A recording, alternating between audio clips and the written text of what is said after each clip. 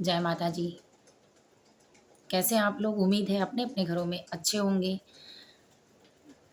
आज के विषय में चलिए जानते हैं। आज का प्रश्न है, ज़िम्मेदारी क्या होती है? ज़िम्मेदारी, सिर्फ़ ज़िम्मेदारी एक शब्द नहीं, सफलता की एक सफलतम सीढ़ी है और इस ज़िम्मेदारी को हर माता-पिता को जानना चाहिए। इससे पहले स्वागत है हमारे चैनल ज्ञान की बात विद अर्चना चिंतामणि। मैं अर्चना तिवारी स्वागत करती हूँ आप लोगों का अपने चैनल पे। और सबसे इम्पोर्टेंट बात ये है कि ये वीडियो जितना हो सके शेयर करें, हर एक पिता और पेरेंट्स के पास जाना चाहिए, ताकि कुछ लोगों से जो गलतियाँ होती हैं, वो गलतियाँ बिल्कुल ना हो। हमारे समाज का संगठन सुरक्षित रूप से और सही ज़िम्मेदारियों में अगर होगा, सही संस्कार में होगा, तो निश्चित है कोई घर गरीब नहीं होगा, कोई घर बीमार नहीं होगा, कोई घर टूटेगा नहीं, किसी घर का विकास कम नहीं होगा और किसी घर की आर्थिक तंगी नहीं आएगी। तो मेरा पूरा कोशिश कामयाब होगा। मुझे मुझे पूरा विश्वास है इस बात का कि ये वीडियो आप लोग शेयर करेंगे, लाइक भी करेंगे, कमेंट भी करेंगे और ज़रूर अपने-अपने राय दें कि क्या बात सच्ची है या गलत है। तो चलिए सबसे पहले जानते हैं ज़िम्मेदारी। ज़िम्मेदारी का डेफ़िनेशन ये है कि ज़िम्मेदारी एक ऐसी चीज़ है कि जो आपको सोने नहीं देती, आपको जागने नहीं देती, आपको चैन से एक काम नहीं करने देती, आपको अपने रास्ते से भटका भी सकती है और आपको अपने रास्ते पर ला भी सकती है। ज़िम्मेदारी एक ऐसा ज़िम्मेदारी है। ज़िम्मेदारी एक पिता भी निभाता है, ज़िम्मेदारी एक पति भी निभाता है, ज़िम्मेदारी एक माँ भी निभाती है और एक ज़िम्मेदारी भगवान भी निभाते हैं। तो भगवान की ज़िम्मेदारी है कि अपने पृथ्वी लोक को या स्वर्ग लोक को, नरक लोक को किस तरह से देखना है और कहाँ तक पहुँचाना है, किस व्यक्ति को उसके कर्म के हिसाब से कितना मार्गदर्शन करना है, कितना दंड देना है, ये सारे भगवान की प्रक्रिया है। भगवान की भी ज़िम्मेदारी में उन्हें थकान होता है, इसीलिए कभी 3 महीने के लिए भगवान शंकर जी का देखभाल पृथ्वी पर होता है, कभी भगवान विष्णु का होता है, कभी गणेश जी का होता है और इस तरह से ज़िम्मेदारियों में सब लोग अपनी ज़िम्मेदारियों में लिपटे हुए हैं और सेम यही कंडीशन एक औरत के साथ भी होता है। तो ज़िम्मेदारी ऐसी ज़िम्मेदारी है जो खुले आँखों से नहीं, बंद आँखों से नहीं, एक जागती हुई तस्वीर के साथ देखें और एक जागती हुई मेहनत के साथ देखें। जब भी खुले आँखों से देखें अपने सपने को, तो उसमें एक सकारात्मक सोच और एक सकारात्मक शक्ति, एनर्जी के साथ देखें, तब जाके आप डेवलप कर पाएँगे। तो ज़िम्मेदारी की परिभाषा ये है कि ज़िम्मेदारी जैसे-जैसे ज़िम्मेदारी बढ़ती है, वैसे-वैसे आदमी एक्टिव होता जाता है, जैसे-जैसे सर भीगता रहता है, वैसे-वैसे ज़िम्मेदारियाँ अपना विकास करती रहती हैं। तो ज़िम्मेदारी में इंसान बिगड़ भी सकता है, बन भी सकता है। ज़िम्मेदारी सुधारने का एक मार्ग है, ज़िम्मेदारी एक प्रक्रिया है। ज़िम्मेदारी निभाने से एक समाज का निर्माण होता है, एक संस्कार बनता है, एक सुरक्षित परिवार होता है, एक सुरक्षित संसार होता है और इसी संसार में हम सब निवास करते हैं। तो ज़िम्मेदारी की प्रक्रिया किसी एक से शुरू होती है और कहीं अंत तक ख़त्म होती है, जिसके ज़िम्मेदार ना हम होते हैं, ना देखते हैं। तो ये रही ज़िम्मेदारी का परिभाषा। दूसरा, ज़िम्मेदारी एक शब्द नहीं है। ये सच है कि ज़िम्मेदारी एक शब्द नहीं है और इस ज़िम्मेदारी में एक छोटी-सी कहानी है जो आपको बहुत बड़ी सीख देने वाली है। एक गाँव में 2 कुएँ थे। दोनों कुएँ में एक कुएँ में राजा पानी पीते थे और दूसरे कुएँ में प्रजा पानी पीते थे। उस गाँव का विकास बहुत अच्छा होता था, राजा का मान-सम्मान होता था, प्रजा उनके साथ रहती थी और प्रजा के साथ सारे गाँव वाले सब खुश रहा करते थे। उस गाँव में किसी लड़की के साथ कुछ गलत नहीं होता था। वहाँ जो भी भोजन-पानी होता था, सबकी व्यवस्थाएँ एक साथ होती थीं। कोई गरीब नहीं था, कोई अमीर नहीं था। राजा तो राजा बस चुने गए थे, राजा भी आम लोगों की तरह ही समाज में बैठकर उठना-बैठना, लोगों के साथ रहना, खुशी मनाना, हर त्योहार को एक साथ मनाना, सबसे मिल-जुल कर रहना, राजा सारे काम किया करते थे। राजा के अंदर एक ज़िम्मेदारी थी, जो ज़िम्मेदारी थी कि हमारी प्रजा कैसे खुश रहेगी। आजकल गाँव में प्रधानियाँ हो रही हैं, कब वो चुनाव जो भी हो रहे हैं, सब लोग शुरुआत में सही करते हैं, लेकिन बाद में गलत कर देते हैं। इसके कारण उनकी ज़िम्मेदारियाँ अपना निर्माण नहीं कर पाती, अपना छाप नहीं छोड़ पाती और आने वाले भविष्य में दूसरा कोई चुना जाता है। लेकिन अगर इसी ज़िम्मेदारी में अगर कोई घर का मुखिया है, ज़िम्मेदारी सही निभाता है, तो वो हमेशा ज़िम्मेदारी के काबिल होता है और घर का मालिक होता। क्योंकि जब तक साइकिल चलती है, तब तक बैलेंस बना रहता है। अगर साइकिल से कोई उतर जाता है, तो बैलेंस खो जाता है। ठीक उसी तरह अगर कोई व्यक्ति अपनी ज़िम्मेदारी के साथ जीता है, तो उसको मान, सम्मान, संगति, संस्कार, सभ्यता और सारे में सम्मान बढ़ा रहेगा और उसका आदर संस्कार होगा। चाहे जहाँ भी जाएगा उसको फूलों की माला ही पड़ेगी। लेकिन अगर कोई इस मार्ग से अटक जाता है या गिर जाता है या कहीं ठोकर लग जाती है, तो वो गिरने के बाद उसका बैलेंस खो जाता है। तो इस तरह हमें अपनी ज़िम्मेदारी को बैलेंस की तरह लेके ही चलना है। तो राजा भी सब कुछ किया करते थे, उनकी प्रजा उनसे बहुत खुश रहा करती थी। एक दिन की बात है कि सभी लोगों ने सोचा गाँव में कुछ 1-2 हिंसे वाले ज़रूर प्राणी होते हैं, वो बाहर से आया कहीं से और सोचा राजा इतने दिन से विकास कर रहे हैं इस गाँव का, आजीवन राजा राजा ही रह जाएँगे और यहाँ की प्रजा प्रजा रह जाएगी। तो क्यों नहीं प्रजा इतनी उल्लू है कि राजा की बातें सुनती है, राजा के हिसाब से रहती है, तो हम ऐसा नहीं होने देंगे, अब राजा हम बनेंगे।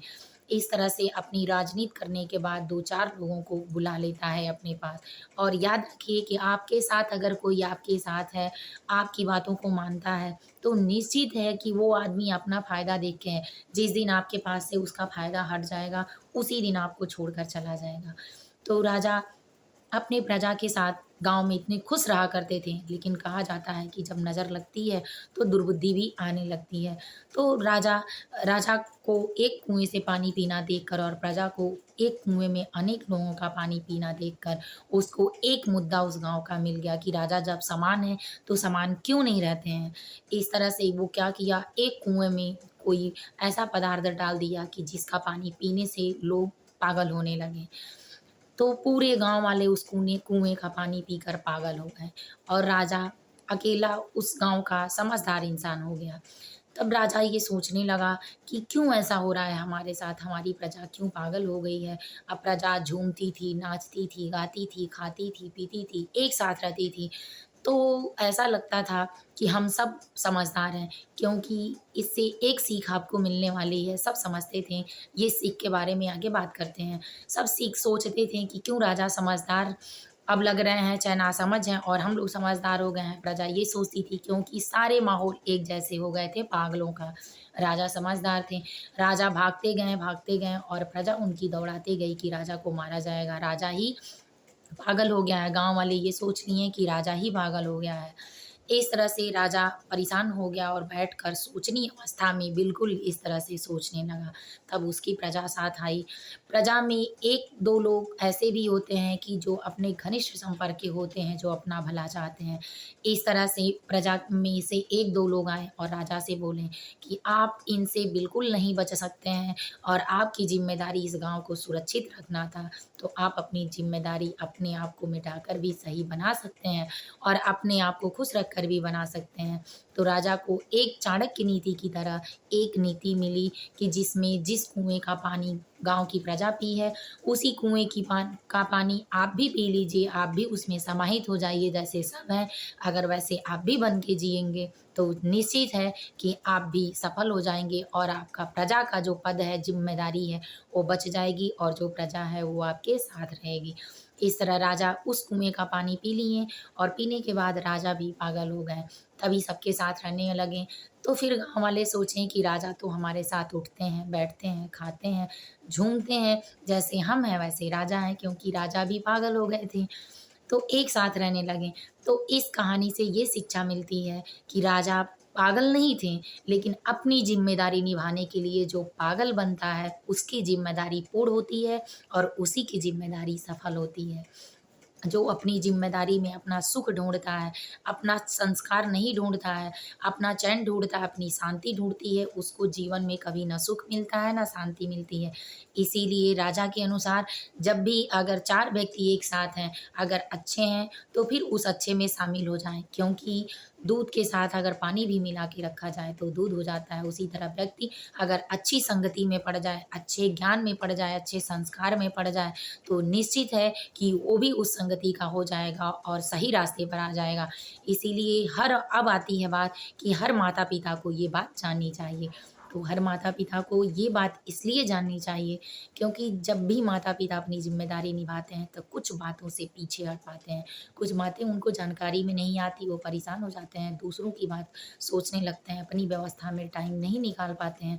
तो हर माँ-बाप की ये ज़िम्मेदारी होती है कि अपने बच्चों को अच्छा समय दें, अच्छी सद्बुद्धि दें, अच्छा संस्कार दें और इस बात को करें कि जैसे-जैसे उम्र 5 साल की हो तो पढ़ाई की ज़िम्मेदारी, 10 साल की हो तो एक उम्र के साथ थोड़ी बहुत घर की भी ज़िम्मेदारी सिखाना, समझाना, ऐसे करो, वैसे करो, ये नहीं करो, वो नहीं करो, रोक-टोक लगाना बिल्कुल ज़रूरी है। तो बच्चों के विकास के लिए आप इतना ज़रूर करें।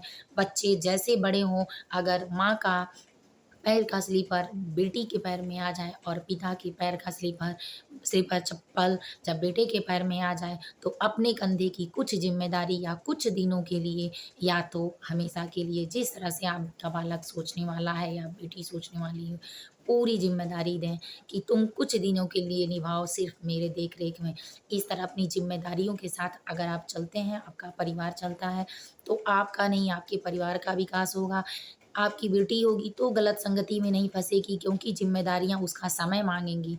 तो जब समय गलत नहीं उसके पास होगा, तो बिल्कुल गलत ज़िम्मेदारियाँ उसके साथ नहीं पड़ेंगी, वो बहकेगी नहीं, आपके संस्कारों में ढली रहेगी और आपके ही काम में व्यस्त रहेगी। और इस तरह ज़िम्मेदारियाँ निभाते-निभाते जो प्यार बच्चे बाहर ढूँढते हैं, वो प्यार आपसे उसको मिलेगा।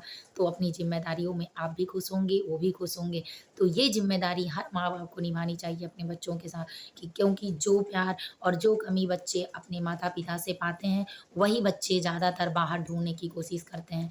हर पति को अपनी पत्नी के प्रति ज़िम्मेदारी निभाना चाहिए क्योंकि पत्नी जैसी भी है, वो आपके कर्म से है। क्योंकि आपने अगर अच्छा कर्म किया है पिछले जन्म में, तो आपको अच्छी मिलेगी, अगर आपने नहीं किया, तो आपके अनुसार नहीं मिलेगी। तो ये सोचिए कि आपकी पत्नी जैसी भी मिली है, आपकी ज़िम्मेदारी के लिए अच्छी मिली है। भगवान ने जो दिया है, सोच समझ के दिया है, आपके कर्म के हिसाब से दिया है।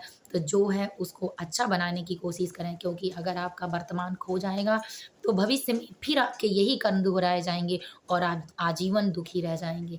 इसलिए अगर सुख चाहिए, शांति चाहिए, अपने परिवार में सुव्यवस्थित व्यवस्था चाहिए, संस्कार में चाहिए, तो अपनी ज़िम्मेदारी को पूरा निभाएँ, पूरा भली-भाँति देने से क्योंकि हमने बचपन से इस चीज़ को सीखा कि जब जब हम लोग बड़े हुए, घर से लेके बाहर तक की कुछ ज़िम्मेदारियाँ हमारे माँ-बाप भी हमें दिए और हम लोगों ने बखूबी निभाया इस ज़िम्मेदारी को।